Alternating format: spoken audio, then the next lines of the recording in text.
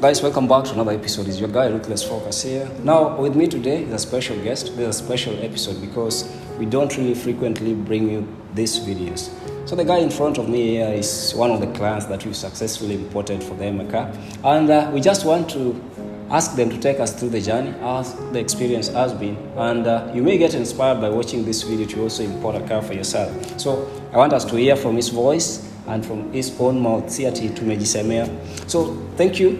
Maybe you start by telling the viewer what is your good name. Yes, I'm called Calvin. We started this journey, I think, at first when we first met in Twitter, then at the first car that I wanted, I was not going to meet the cost, and you advised so that I look for maybe another alternative, and if not, I continue looking for more money. Maybe you've gone so far, so you want to say that you just knew about us on Twitter. Yes. You are not going to YouTube, you are not going to... Yes, so the first time I heard of Ruthless Focus was on Twitter. But then there was a conversation going on with the car Kenya dealers, and I wanted to understand why Ruthless Focus and other car Kenya dealers are being recommended for car imports.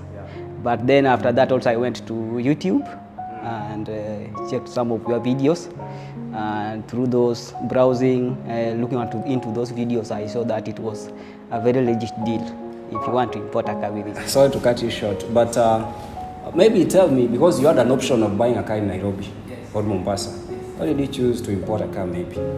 Okay, so after there were several factors to consider. One of it is if you go to a showroom in Nairobi, you are not sure whether what you are buying is a legit car, and one of it is maybe if the mileage has been tampered with.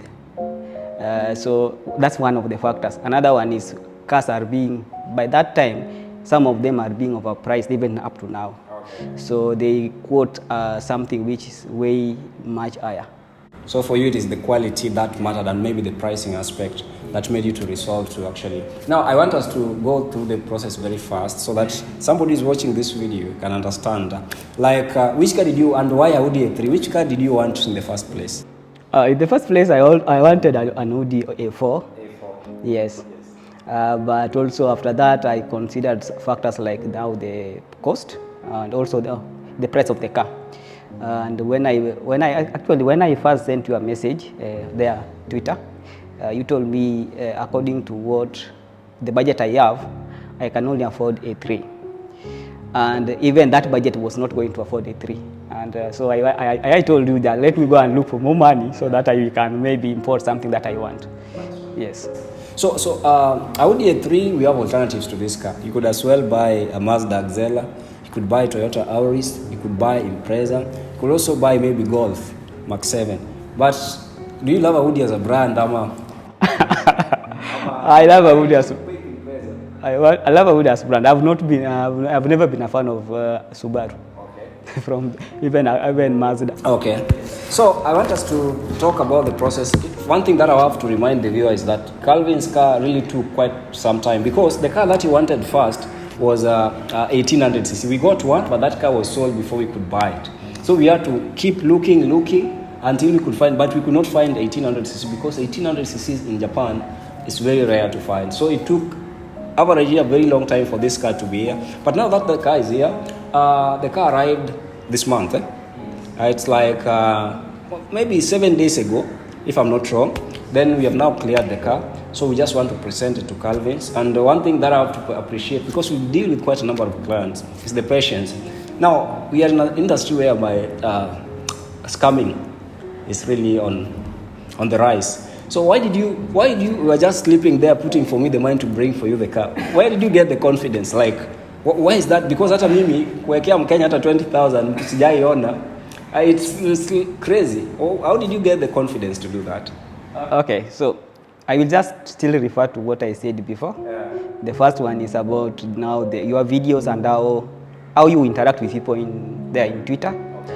And actually, even I was telling my friend the other day, I've never sent anyone such amount of money that someone I've never met.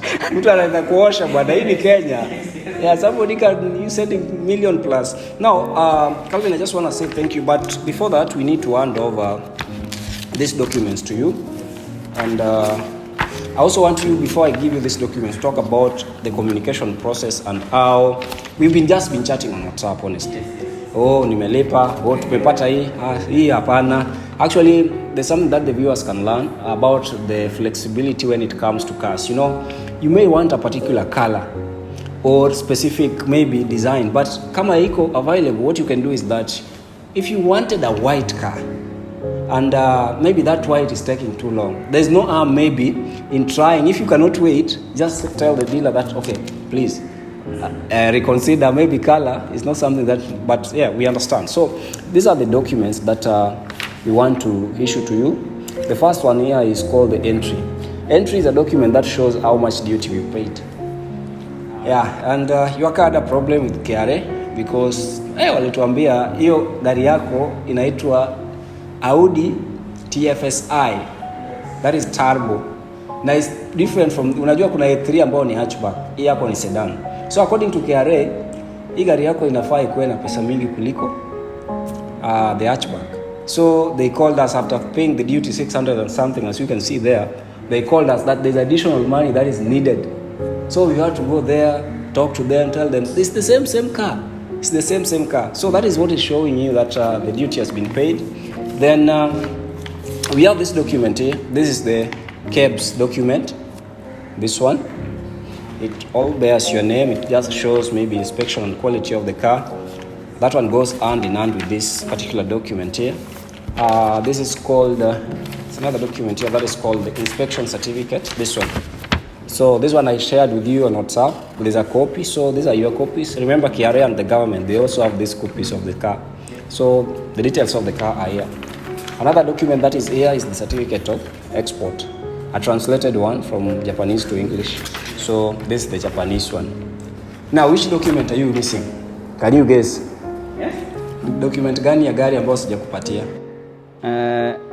The one for you have given me which one and which one? Let me just check first. This is for the KRA.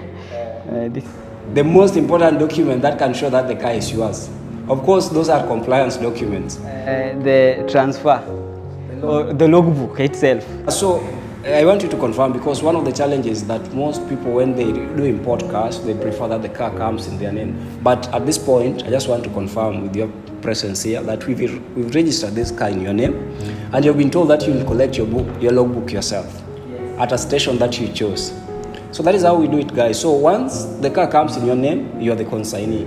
So we actually ask you where you want to put your logbook. So there is nowhere us, as Ruthless Focus, will be actually accessing your logbook. So it is you to go with your ID and pick the logbook. So logbook takes like a month or 3 weeks. Then you keep checking. You will get a message from NTSA. And then from there, you can be able to go and collect it. So as we close the interview, I just want you to talk about what is your parting shot to people who are looking forward to import a car. What can you tell them?